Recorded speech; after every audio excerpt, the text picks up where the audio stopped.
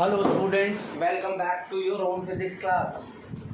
और पिछली क्लास में हमने रेक्टेंगुलर कंपोनेंट्स और वेक्टर के कंपोनेंट रिजॉल्व करने सीखे थे और मैंने उस समय आपको ये बताया था कि वेक्टर का कंपोजिशन कैसे किया जाता है, मतलब वेक्टर का रिजल्टेंट कैसे निकाला जाता है। क्योंकि रिजल्टेंट निकालने के लिए कुछ बेसिक कॉन्सेप्ट्स की ज़रूरत थी जो रेक्टेंगुलर कंपोनेंट से आपको पता चल गए। तो अब हम क्या करते हैं, अब हम कॉम्बिनेशन ऑफ वेक्टर की तरफ चलते हैं, मतलब वेक्टर को ऐड करना, उनका रिजल्ट निकालना। जैसे मैंने आपको बताया था कि एक वेक्टर इधर जा रहा है, दूसरा वेक्टर इधर जा रहा है, ये दोनों मिल करके कहाँ इफेक्ट प्रोवाइड कराएंगे वो निकालना है हमें। जैसे सपोज करो मैं यहाँ खड़ा हूँ और एक बंदा मेरे पे इस डायरेक्शन में फोर्स लगाए 10 न्यूटन और दूसरा 10 न्यूटन इधर लगाए, तो मेरे पे नेट फोर्स कितना होगा। 10 न्यूटन से इसने इधर खींचा, 10 न्यूटन से इसने इधर खींचा, नेट फोर्स 0, मैं कहीं मूव नहीं करूंगा, यहीं होऊंगा। अब आप सोचो एक बंदा 10 न्यूटन से मुझे इधर खींचे, ये डायरेक्शन है 10 न्यूटन, और दूसरा बंदा 10 न्यूटन से इधर खींचे, तो ना तो मैं इधर जाऊंगा, ना तो मैं इसकी तरफ जाऊंगा, ना मैं इसकी तरफ जाऊंगा, मेरे मूव करने की डायरेक्शन बीचों बीच होगी। आप सोचो ये मार्कर है, ये ऐसे हैंग कर रहा है, आपने एक रस्सी यहाँ बांधी है मार्कर के, एक रस्सी यहाँ बांधी है और एक रस्सी यहाँ बांधी है, और आप यहाँ खड़े हो और दूसरा बंदा यहाँ खड़ा है। आप दोनों फोर्स लगाओगे बराबर, ऐसे लगा रहे हो आप दोनों फोर्स, तिरछे, सीधा वर्टिकल नहीं लगा रहे, ध्यान देना, आप ऐसे फोर्स लगा रहे हो, तब भी ये मार्कर ऊपर जाएगा क्योंकि दोनों फोर्स का रिजल्ट काम करेगा। हाँ, अगर ये फोर्स ज़्यादा है तो ये मार्कर ऐसे करते हुए ऊपर जाएगा, और अगर ये फोर्स ज़्यादा तो मार्कर ऐसे करते हुए ऊपर जाएगा। क्योंकि रिजल्टेंट का बहुत रोल है जब भी हम ऐसी क्वांटिटीज़ के साथ डील करते हैं जिनमें डायरेक्शन कंपलसरी होती है, तो वहाँ हमें उन फोर्सेस को, उन क्वांटिटीज़ को कंबाइंड करना आना चाहिए, और कंबाइंड करने को ही कंपोजिशन या रिजल्टेंट कहते हैं। सपोज करो आपके पास एक वेक्टर ये है,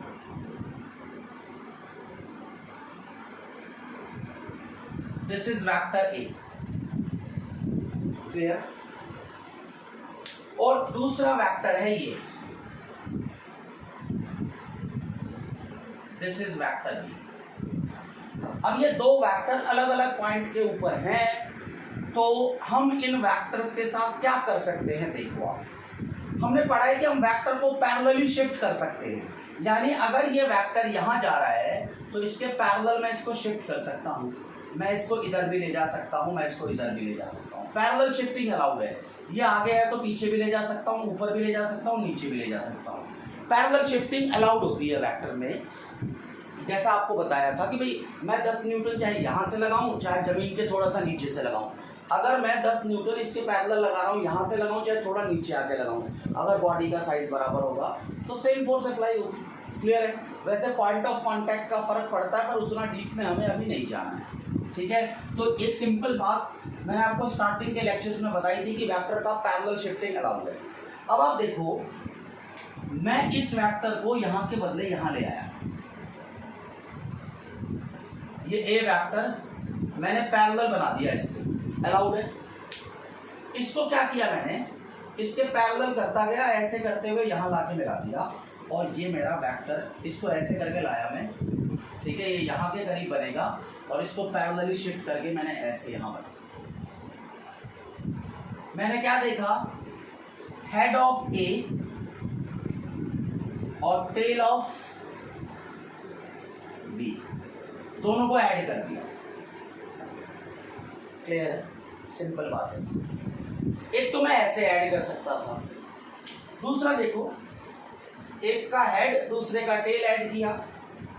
दूसरा काम मैं कैसे कर सकता था, वेक्टर ए को ऐसे ही बनाता, यहां से थोड़ा इधर लाया फिर नीचे ले आया, पैरेलल,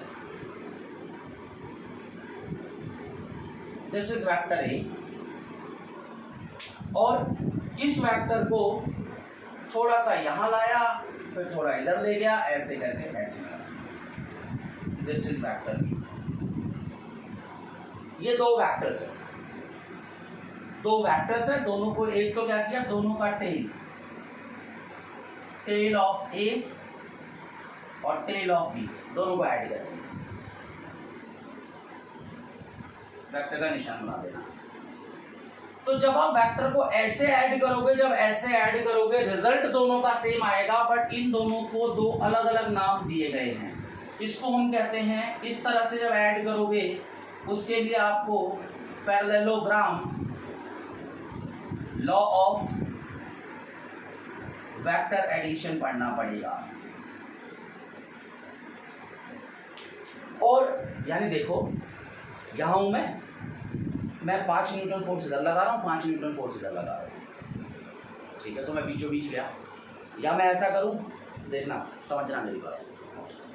मैं यहाँ जा रहा हूँ और मैं यहाँ जा रहा हूँ, अगर मुझे पे आपने इधर फोर्स लगाया और इधर फोर्स लगाया तो क्या होगा समझ रहा, तो अभी तो मैं यहाँ पहुँचूंगा। या आप समझो, पहले मैं इधर गया, ध्यान से समझना दोनों का खेल। किसी ने मुझ पे 5 न्यूटन फोर्स इधर लगाया, 5 न्यूटन फोर्स इधर लगाया, ये देखो ये डायरेक्शन, मान लो ये जो कैप है ये डायरेक्शन शो करता है। देखो 5 न्यूटन फोर्स इधर लगा, 5 न्यूटन फोर्स इधर लगा, मैं पहुंचा कहाँ, कुछ ऐसे यहाँ पहुंचा, यहाँ। अब आप सोचो 5 न्यूटन इधर लगाओ, फिर आप यहाँ के बदले यहाँ पहुंच जाओ और यहाँ से 5 न्यूटन फिर इधर लगाओ, क्योंकि देखो ये तो इसी डायरेक्शन में जा रहा है ना, ये तो इस डायरेक्शन में जा रहा है, ये इस डायरेक्शन में जा रहा है। डायरेक्टली ऐड करोगे तो ऐसे निकाल दो, या 5 न्यूटन पहले इधर लगा लो, फिर टिप पे पहुंच के इधर लगा दो, तो आप पहुंचे कहाँ, ओवरऑल तो आपका रिजल्ट यही आया। तो ये दोनों मेथड सेम है, सिर्फ अलग अलग नाम है, क्योंकि टेल मेथड अलग होता है, हेड टेल मेथड अलग होता है। तो हमने दो अलग अलग तरीके से निकाला है। तो नॉर्मल एडिशन जो आपने पढ़ा था उससे थोड़ा हटके वेक्टर का एडिशन होता है, इसको पैरेललोग्राम लॉ ऑफ एडिशन बोलते हैं, और इसको हम लोग triangle law of vector addition बोलते हैं। तो आज हम सिर्फ इन्हीं लॉज के बारे में बात करेंगे और देखेंगे इन दोनों लॉज में क्या सिमिलरिटी है। जैसे मैंने आपको बता दिया दोनों लॉ सिमिलर है, दोनों का रिजल्ट सेम आएगा, रिजल्ट की डायरेक्शन सेम आएगी, सिर्फ कहने के तरीके अलग अलग हैं, ठीक है। और वो क्यों हैं उस पर थोड़ी हम चर्चा करेंगे। तो सबसे पहले हम triangles law of vector addition पढ़ते हैं, यानी जो हमारा ये वाला तरीका है, ठीक है। तो पहुँचते हैं हम लोग, जो हमारा टॉपिक है it is triangles law of vector addition।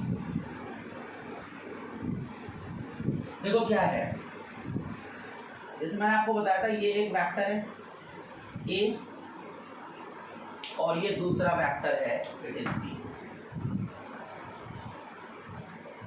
तो ट्रायंगल लॉ क्या कहता है कि आप वेक्टर बी को एज इट इज रखो, ठीक है, और वेक्टर बी के हेड पे वेक्टर ए का टेल ऐड कर दो। क्लियर है ये, यानी कि अगर आप देखो तो ये वाला जो वेक्टर बी है ये ऐसे मूव कर रहा है, इसकी डायरेक्शन ये है, और वेक्टर ए की डायरेक्शन भी ये है। अगर मैं देखूं तो दोनों ऐसे मूव कर रहे हैं एंटी क्लॉकवाइज, दोनों एंटी क्लॉकवाइज चल रहे हैं। ऐसा नहीं है, देखो ये ऐसे और ये ऐसे नहीं है। इसमें क्या है, अगर ये ऐसे मूव कर रहा है तो ये ऐसे आ रहा है, ये क्लॉक है और ये एंटी क्लॉक है। ध्यान रखना दोनों सेम ऑर्डर, इसको बोलते हैं सेम ऑर्डर। दोनों का ऑर्डर क्या है, दोनों एंटी क्लॉकवाइज जा रहे हैं। तो ये कहता है कि अगर दो वेक्टर्स हमारे पास सेम ऑर्डर में हो और हमें उनको ऐड करना हो, उनको कंपोजिट करना हो, कंबाइंड करना हो, तो उनका रिजल्टेंट आप ऐसे दे सकते हो, दिस विल रिजल्टेंट, और ये resultant definitely a plus B देगा। हमने क्या देखा, अगर ये और ये एंटी क्लॉकवाइज थे तो रिजल्टेंट कैसे जा रहा है, क्लॉकवाइज। इनका जो ऑर्डर है, ए और बी का जो ऑर्डर है एंटी क्लॉकवाइज, इस आर का ऑर्डर उसके ऑपोजिट है। यही तो देखो, आप पहले ऐसे गए और फिर आप ऐसे गए, तो दो फोर्सेस लगाई, या आप डायरेक्टली ऐसे चले जाओ, बात तो सेम है। तो सिंपल प्रैक्टिकली लाइफ में जो आप पढ़ रहे हो ये वही आपको बता रहा है, कुछ नया या रॉकेट साइंस नहीं है। इट इज सिंपल थिंग जो आप बचपन से ऑब्जर्व करते आ रहे हो कि भाई एक रास्ता है, रोड है, वो ऐसे बनी है, थोड़ी देर के बाद वो ऐसे टर्न हो जाती है, और मान लो बीचों बीच ऐसे रास्ता है, पहुंचोगे तो यहीं, चाहे आप ऐसे करके यहां से यहां पहुंचो या आप डायरेक्ट पहुंचो। तो ये लॉ सिंपली क्या कहता है, इट स्टेट्स दैट, इसकी स्टेटमेंट बहुत बार एग्जाम्स में आती है, it states that if two vectors represents two sides of triangle in same order, then their resultant will give, then their resultant will be given by third side of triangle in opposite order. It states that if two vectors represents two sides of triangle in same order, then their resultant will be given by the third side of triangle in opposite order. और क्योंकि ये similar triangle जैसा दिख रहा है, इसीलिए हम इसको triangle law of vector addition के नाम से भी जानते हैं। क्लियर है? मैं इस डायग्राम को हॉच-पॉच नहीं कर रहा हूँ, क्योंकि यहाँ पर आपको ये क्लियरली दिखना चाहिए कि ये ए और बी का ऑर्डर सेम है और इस रिजल्टेंट का ऑर्डर अलग है। अब मैं इस रिजल्टेंट की वैल्यू निकालूंगा। इस रिजल्टेंट में आपको पता है वेक्टर के अंदर दो चीजें होती हैं, एक तो मैग्नीट्यूड होता है प्लस डायरेक्शन, और तीसरा वो इस लॉ को ओबे भी करे। तो न्यूमेरिकल वैल्यू निकालूंगा मैं आर की, कि न्यूमेरिकल वैल्यू कितनी होनी चाहिए, देखते हैं। देखो, इसके लिए हम इस डायग्राम को दोबारा रीड्रॉ कर रहे हैं। ये वेक्टर बी ले लो, उसी की तरह कर देते हैं। ये वेक्टर बी ले लो, ये वेक्टर ए ले लो, और दोनों का ऑर्डर सेम। ठीक है, इस पॉइंट को ओ मान लो, इसको बी मान लो, इसको क्यू मान लो। ठीक, थोड़ा सा और इनका जो रिजल्टेंट मैंने माना था वो कुछ ऐसा, दिस इज माय रिजल्ट, ये मेरा रिजल्टेंट माना था मैंने। क्लियर है? और ये पॉइंट क्यू थोड़ा सा दिखेगा आपको, इस क्यू को थोड़ा सा मैं या थोड़ा डायग्राम भी दोबारा नीचे बना देते हैं यार, आपको दिखाई ना दे तो क्या फायदा। This is B, this is A, this point is O, this is P, this is Q, और ये जो ज्वाइन किया है ये आर। क्लियर है? अब आप देखो, ये वही है डायग्राम जो हमने बनाया है। अब मुझे इस आर की न्यूमेरिकल वैल्यू चाहिए, तो मैं क्या करता हूँ, ये जो मेरा वेक्टर दी है ना, इसको थोड़ा सा एक्सटेंड कर देता हूँ ऐसे।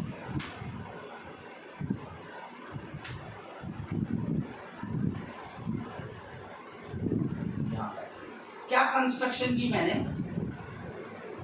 Extend OP up to T and draw QT perpendicular to OT। इसको T तक एक्सटेंड करके यहां से एक परपेंडिकुलर डाल दिया मैंने Q पॉइंट से। क्लियर है? अब देखो, ये वाला जो एंगल है, इस एंगल को मैं थीटा मान रहा हूं। साफ पता चल रहा है। मान लिया मैंने थीटा एंगल कि ये जो वेक्टर है, ये जो वेक्टर बी है और ये जो वेक्टर ए है ना, इनके बीच का एंगल क्या है, थीटा मान लिया। क्लियर है? अब आप देखो, अगर ये ए है तो अभी रेक्टेंगुलर कंपोनेंट आपको पढ़ाई थी कि अगर ये ए है तो ये वाला कंपोनेंट होगा ए कॉस थीटा और ये वाला जो कंपोनेंट होगा वो ए साइन थीटा होगा। इसीलिए मैंने आपको रेक्टेंगुलर कंपोनेंट पहले पढ़ाया, वरना बुक्स के अंदर रेक्टेंगुलर कंपोनेंट बाद में है, ए कॉस थीटा और ए साइन थीटा। वैसे हम ज्योमेट्री का यूज करके भी कर सकते थे, बट अब ज़्यादा बेटर समझ में आएगा। तो ये दो कंपोनेंट हो गए, ये ए का रिजल्ट इधर है और ये ए का रिजल्ट ये वाई एक्सिस में है, क्योंकि ए ऐसे जा रहा है और ये एक्स और वाई दोनों में अपना इफेक्ट प्रोड्यूस करेगा। This is effect of A in Y axis, this is effect of A in X axis. अब आप देखो, in triangle O T Q, this is O, this is T, this is Q. हमारे पास जो O Q का square है, it is O T square plus T Q square. ये हमारा पाइथागोरस थ्योरम है कि हाइपोटेन्यूज का स्क्वायर इक्वल टू परपेंडिकुलर का स्क्वायर प्लस बेस का स्क्वायर। अब मैं वैल्यूज एक बार देखो, ओटी को थोड़ा मॉडिफाई करके ओपी प्लस पीटी लिख दो। इस ओटी को ओपी प्लस पीटी लिख दिया मैंने और इसका होल स्क्वायर कर दिया और यहाँ T Q square, this is O Q square.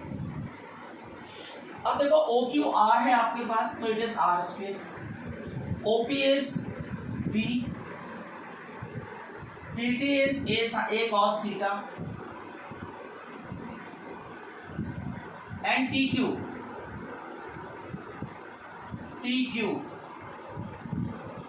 A sine theta का होल स्क्वायर। यहां देखो ये B square, A square cos square theta, 2ab cos of theta, A square sine square theta. इन दोनों को एक साथ लिख देता हूं मैं, इसको और इसको, बी स्क्वायर और यहां से ए स्क्वायर कॉमन ले लो, इसमें कॉस स्क्वायर थीटा यहां वाला और साइन स्क्वायर थीटा यहाँ वाला साथ में आ गया और 2ab cos ऑफ थीटा।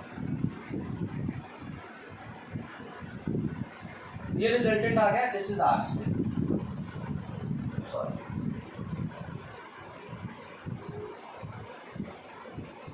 अभी आर स्क्वायर लिखा तो रूट मत डालो, अभी आ रहा है। क्लियर है? तो मैं मिटा रहा हूँ, आई होप कि आपने लिख लिया होगा, नहीं तो पॉज कर लो, पीछे जाके लिख लो। ये एग्ज़ाम में बहुत इंपॉर्टेंट है, बहुत बार पूछा जाता है, ये स्कूल एग्ज़ाम में तो बहुत इंपॉर्टेंट है। जब मैं कॉम्पिटिटिव एग्जाम्स की बात करूँगा तो आपको सिर्फ फाइनल रिजल्ट देखना पड़ेगा। तो यहाँ देखो क्या आएगा, R square equal to A square plus B square plus 2ab cos of theta, और r कितना आ जाएगा, it is A square B square 2ab cos of theta और अंडर रूट के अंदर। ये इस r वेक्टर की न्यूमेरिकल वैल्यू हो गई। This is numerical value of vector r। अब आप देखो, ये वाला जो वेक्टर है वो इस डायरेक्शन में जा रहा है और ये वेक्टर इस डायरेक्शन में जा रहा है, पर ये r कहाँ जा रहा है, r की भी तो डायरेक्शन पता चलनी चाहिए। r की न्यूमेरिकल वैल्यू तो ये है, पर ये डायरेक्शन तो आपको पता नहीं है। तो आप क्या एज्यूम करो कि ये जो आपका b वेक्टर है ना, इसने इसके साथ अल्फा एंगल बनाया है। क्या करेंगे, फॉर डायरेक्शन ऑफ r, क्योंकि r एक वेक्टर है, इस वेक्टर की न्यूमेरिकल वैल्यू ये है, पर ये r जाएगा कहाँ। मैंने माना कि जो मेरा a वेक्टर था, मेरे a वेक्टर के साथ r ने अल्फा एंगल बनाया कुछ इस तरह से। This is r, black marker is r, this is b। तो मैंने माना कि b और r के बीच में ये वाला एंगल जो है ये अल्फा है। क्लियर है? वो आपको बताएगा कि जो आपका दो वेक्टर थे उनमें से किसी भी एक के साथ वो कितने का एंगल बना के जा रहा है, तो डायरेक्शन पता चल जाएगी आपको कि भाई मैं 10 न्यूटन ईस्ट में जा रहा हूँ, फिर यहाँ से 5 न्यूटन वेस्ट में चला गया, सॉरी यहाँ मैं ईस्ट में गया 10 न्यूटन, फिर 5 न्यूटन मान लो नॉर्थ में चला गया, तो रिजल्टेंट कितने एंगल पे जाए कि इसको हिट कर दे। देखो पहले मैं यहाँ से इतना गया, या सपोज करो यहाँ से ऐसे गया, फिर मैं यहाँ से ऐसे गया, पहले मैं मान लो 10 न्यूटन ईस्ट गया, फिर 5 न्यूटन नॉर्थ गया, तो ये रिजल्टेंट कितने एंगल पे जाए कि इसको डायरेक्टली मिल जाए, इसको डायरेक्टली मीट कर दे।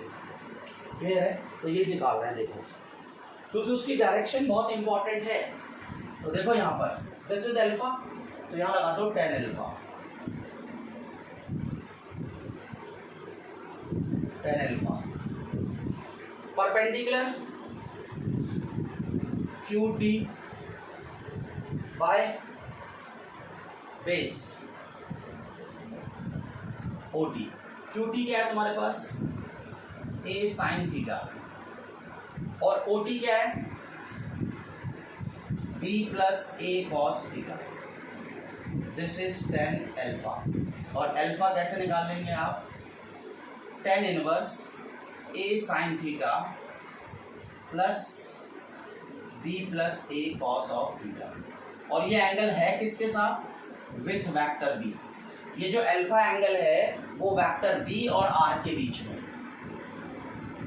तो इस तरह से हम ट्रायंगल लॉ की मदद से अगर मुझे ये वेक्टर और ये वेक्टर पता हो तो इनके रिजल्ट का मैग्नीट्यूड और इनके रिजल्टेंट की डायरेक्शन मैं ऐसे फाइंड आउट कर सकता हूँ।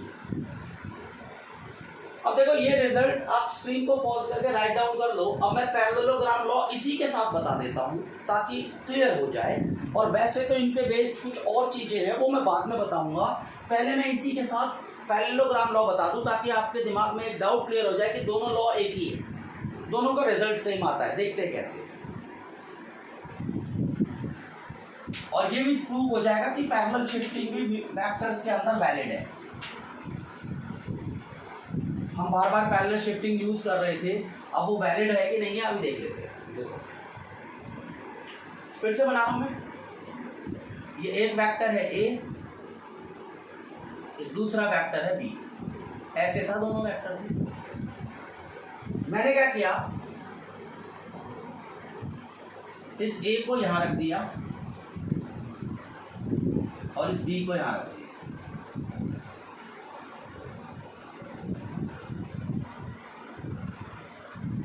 ये B यहां रख दिया और मान लिया इनके बीच का एंगल थीटा है। यहां देखो जब ट्रायंगल लॉ किया था आपने,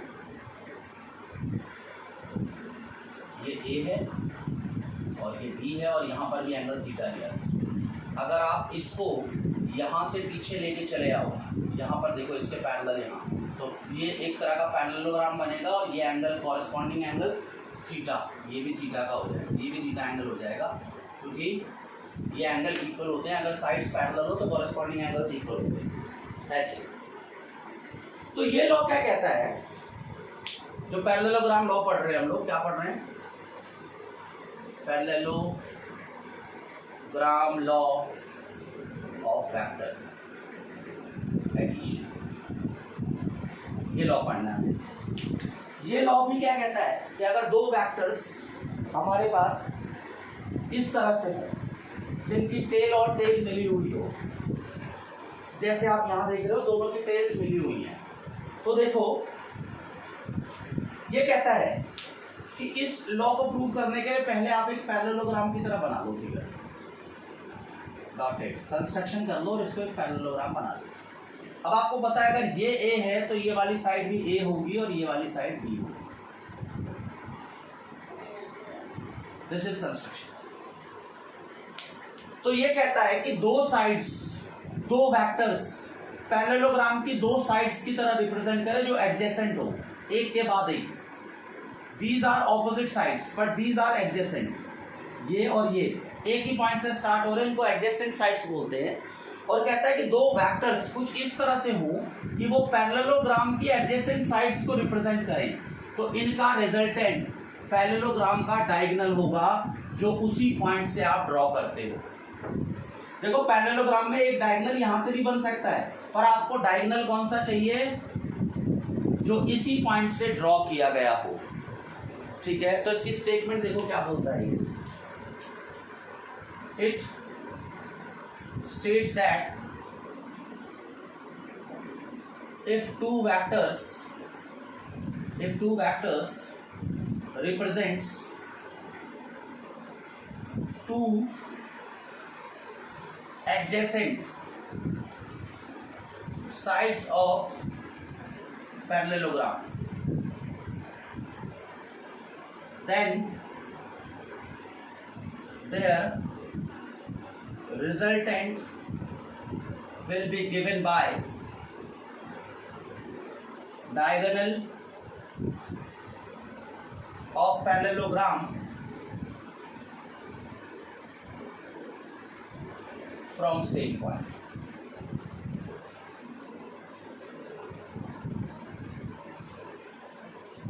It states that if two vectors, these are A and B, if two vectors represents two adjacent, these are adjacent sides, two adjacent sides of parallelogram, then इन दोनों का जो रिजल्टेंट होगा will be given by the diagonal of the parallelogram from the same point. Clear है? तो अब मुझे ये पता चल गया कि ये रिजल्टेंट है। अब मुझे इस रिजल्टेंट का मैग्नीट्यूड और डायरेक्शन दोनों कैलकुलेट करने हैं। सिंपल सा लॉजिक है। तो देखो, इसके लिए मैं डायग्राम रीड्रॉ कर रहा हूं और ये मैंने माना this is vector A and this is vector B.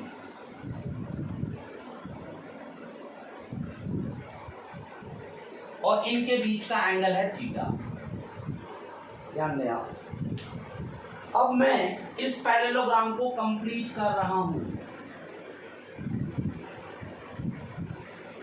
ये पैरेललोग्राम कंप्लीट हो गया और ये मेरा रिजल्टेंट है। This is resultant R. ठीक है, अब इस वेक्टर को पैरेलली शिफ्ट किया है तो मैं अब इसको भी मान के चलता हूं। और देखो पैरेललोग्राम है, अब मैं क्या कर रहा हूं, इसको एक्सटेंड कर रहा हूं। मान लो ये मेरा P है, ये मेरा Q है, ये मेरा O है, ये मेरा P है, ये मेरा Q है, ये मेरा S है। मैंने इस OP को एक्सटेंड किया, extend OP up to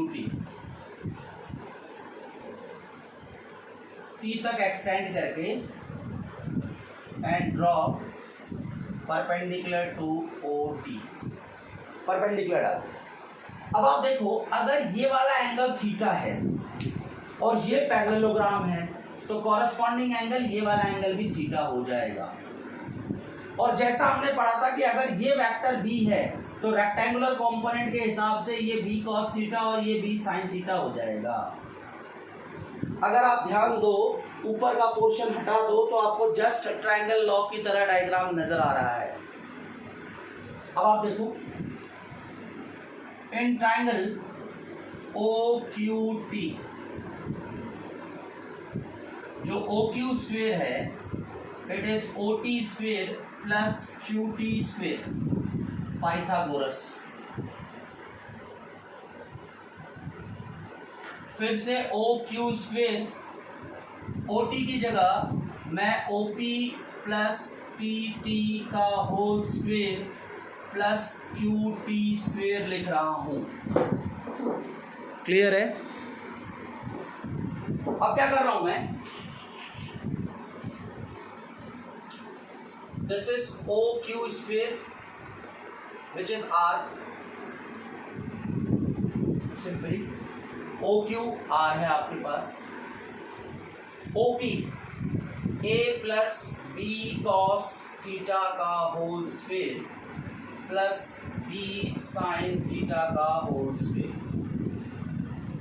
A square plus 2ab cos theta plus B square cos square theta plus B square sine square theta, square बोल दिया।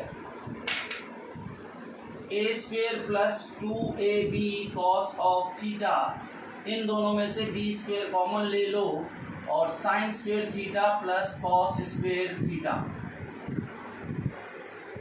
ये दोनों मिला करके आपको 1 दे देते हैं।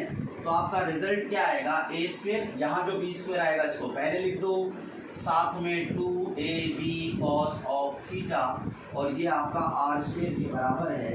तो आर की वैल्यू कितनी होगी, A square plus B square plus 2ab cos of theta. This is the magnitude of this resultant. अब दोबारा यही बात आती है कि भाई ये रिजल्टेंट तो ये जा रहा है, ये रिजल्टेंट है, मेरा वेक्टर ए इधर जा रहा था, वेक्टर बी इधर जा रहा है, रिजल्टेंट इधर जा रहा है, तो मैं कुछ ना कुछ तो बताऊंगा कि रिजल्ट कहाँ जा रहा है। मान लो अगर ये ईस्ट में जा रहा है, ये नॉर्थ में जा रहा है, तो रिजल्टेंट कहाँ जा रहा है, इट इज नॉर्थ ईस्ट। और कितने डिग्री पे जा रहा है ये पता लगाना भी बहुत जरूरी है। तो मैं मान लेता हूं कि ये जो रिजल्टेंट है ये ए के साथ एक एंगल बना रहा है, मान लो, और this angle is alpha, alpha. तो let alpha is angle between vector A and resultant vector. तो यहां देखो tan alpha, it is perpendicular upon base which is OT। perpendicular क्या है आपके पास, it is b sin theta divided by a plus b cos theta। तो alpha क्या आ जाएगा, tan inverse b sin theta by a plus b cos of theta। ये इस तरह से, और किसके साथ बना रहा है ये एंगल, विथ वेक्टर ए, ये भी बताना बहुत जरूरी है। तो अगर आप देखो मैच करो तो दोनों का रिजल्टेंट सेम आ रहा है, थोड़ा सा फर्क आ रहा होगा क्योंकि पिछली बार मैंने यहाँ बी लिख दिया था और यहाँ ए था, वो इग्नोर कर दो। आप कंपेयर करोगे सेम रिजल्ट आता है क्योंकि दोनों लॉ सेम है, सेम रिजल्ट देते हैं। एग्जाम में स्टेटमेंट और रिजल्टेंट का ये न्यूमेरिकल वैल्यू और रिजल्टेंट की डायरेक्शन भी पूछी जाती है मोस्ट ऑफ टाइम्स, और ये रिजल्ट आपको कॉम्पिटिटिव एग्जाम्स में बहुत सारे चीज़ों को सॉल्व करने में रिजल्ट आपको याद होना चाहिए। क्लियर है। अब इसमें ना एक आधा स्पेशल केस है, और भी बहुत सारी चीज़ें हैं, वो हम अपने नेक्स्ट लेक्चर में डिस्कस करेंगे। कुछ चीज़ें हैं इसमें, देखो यहाँ से मिटा देते हैं, छोड़ो यहाँ से मिटा देते हैं। हमने पढ़ा था कि दो वेक्टर्स हैं, एक इधर इंक्लाइंड है, एक इधर इंक्लाइंड है, इनके बीच का एंगल थीटा है, ठीक है। तो इसमें बात आ सकती है कि जब थीटा 0 डिग्री हो, यानी 5 न्यूटन इधर लगाओ और इसी के साथ 5 न्यूटन आप इधर और लगा दो। मैंने 5 इधर लगाया, आपने भी 5 इधर लगाया, तो नेट रिजल्ट कितना होगा, दोनों सेम डायरेक्शन में जा रहे हैं, पैरेलल हैं। तो थीटा 0, तो आर कितना होगा, देखो A square B square 2ab cos of 0 degree root के अंदर, और कॉस 0 क्या होता है, 1 होता है। तो it is A square plus B square plus 2ab which is A plus B का होल स्क्वेयर, और यहाँ रूट है, बाहर आ जाएगा a प्लस बी। इसको बोलते हैं maximum, result maximum, result maximum. आपसे पूछ सकता है, क्वेश्चंस भी पूछते हैं कि अगर आपको दो वेक्टर्स का मैक्सिमम रिजल्ट चाहिए तो आप वेक्टर्स को कैसे ऐड करोगे सेम डायरेक्शन में। अगर आपको मिले कि 5 न्यूटन ईस्ट जा रहा है और 10 न्यूटन वेस्ट भी ईस्ट जा रहा है, 5 और 10 दोनों ईस्ट में जा रहे हैं, तो ईस्ट की तरफ नेट फोर्स बताओ, 15 न्यूटन। दोनों को ऐड कर दो सिंपली, क्योंकि सेम डायरेक्शन में जा रहा है, क्योंकि इस रिजल्ट का रिजल्ट भी यही आता है कि सेम डायरेक्शन में जाए तो सिंपली ऐड कर दो। अब आप देखो, इसको पैरेलल भी बोल देते हैं। दूसरा रिजल्ट देखें, अगर थीटा 180 डिग्री हो उसको एंटी पैरेलल कह देते हैं। मान लो मैं 10 न्यूटन इधर जा रहा हूं और आप 5 न्यूटन इधर फोर्स लगा रहे हो मुझ पे। एक बंदा 10 न्यूटन इधर लगा रहा है, 5 न्यूटन इधर लगा रहा है, तो मेरे पे नेट फोर्स कितना होगा? 10 इधर 5 इधर, तो 10 में से 5 गया, 5 न्यूटन इस डायरेक्शन में, मुझे को इधर खींच लेगा इस डायरेक्शन में। तो देखो इसको कैसे करते हैं,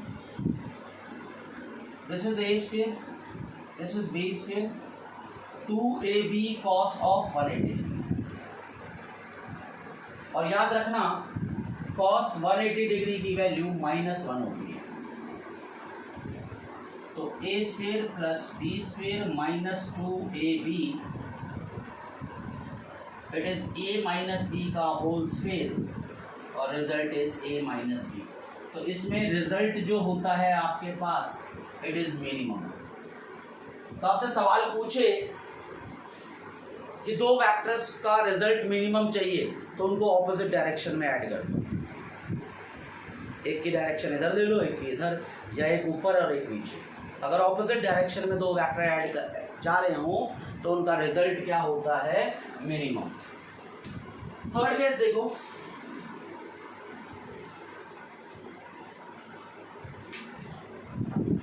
अगर थीटा 90 डिग्री हो तो आर क्या होगा? A square plus B square plus 2ab cos of 90 degree, और हमें पता है कि cos 90 डिग्री इक्वल टू 0। तो ये क्या मिलेगा? A square plus B square. Simple Pythagoras theorem वाला रिजल्ट। आई होप कि आपको आज की क्लास समझ में आई होगी। इसके बाकी के रिजल्ट्स को हम अपनी नेक्स्ट क्लास में डिस्कस करेंगे। तब तक पढ़ते रहें, डाउट्स के लिए कमेंट करते रहें। Thank you so much.